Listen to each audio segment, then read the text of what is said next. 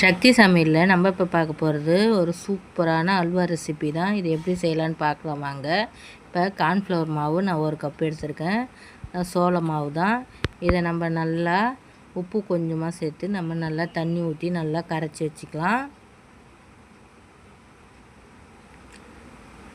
கரைச்சிட்டு ஒரு பாத்திரத்தில் நம்ம 1 லிட்டர் போல் தண்ணி சேர்த்துருக்கேன்.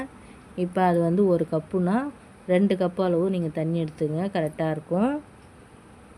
இப்போ இது கூடவே கொஞ்சமாக கலருக்காக கொஞ்சம் கேசரி பவுடர் சேர்த்துருக்கேன். சேர்த்துட்டு நம்ம நல்லா கொதித்து வரட்டும். பாருங்கள், இப்போ கரைச்சி வச்ச இந்த மாவை நம்ம ஊற்றிக்கலாம். உடனே கட்டி ஆகிடும். நம்ம நல்லா கிண்டி விட்டுக்கிட்டே இருக்கணும். பாருங்கள், டக்குன்னு கட்டி ஆகுது.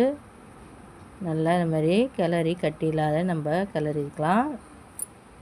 இது ஒரு 10 நிமிஷத்தில் ரெடி ஆகிடும். குயிக்காக ரெடி ஆகிடும். இந்த அல்வா சாப்பிடும்போது அவ்வளோ டேஸ்ட்டாக இருக்கும். வாயில் வச்சவனே கரைஞ்சி ஓடும். இப்போ இது கூடவே நம்ம ஒரு கைப்பிடி அளவுக்கு முந்திரி சேர்த்துக்கலாம். சேர்த்துட்டு நல்லா கிளறி விடுங்க.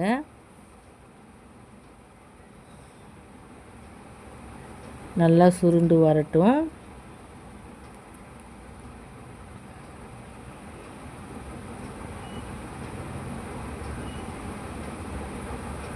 இப்போ பாருங்கள், நல்லா கண்ணாடி பக்குவத்தில் நல்லா கொதித்து வருது.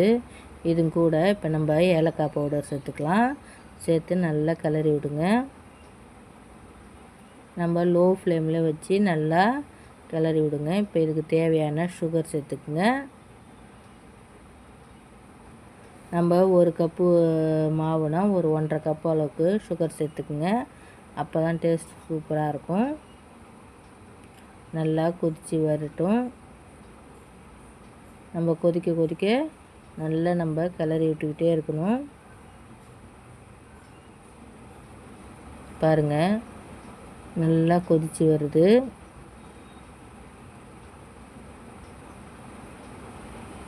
நம்ம இப்போ போட்டுக்கிற முந்திரிலாம் அப்படியே கண்ணாடி மாதிரி தெரியுது பாருங்கள்.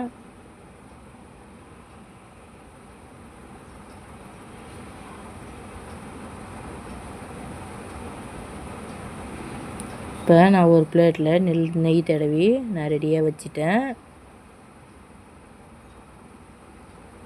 நம்ம நெய் தடவி நம்ம ரெடியாக நம்ம வச்சுப்போம். இன்னும் நம்மளுக்கு அது ரெடியாகி வரலை.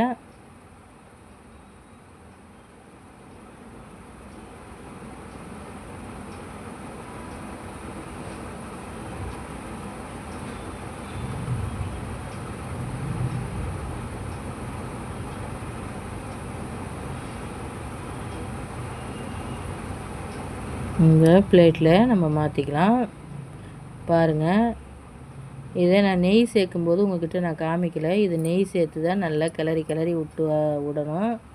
பாருங்கள், இது கூடவே கார்னிஷ்காக நான் கடைசியில் வெள்ளரி விதை தூவியிருக்கேன்.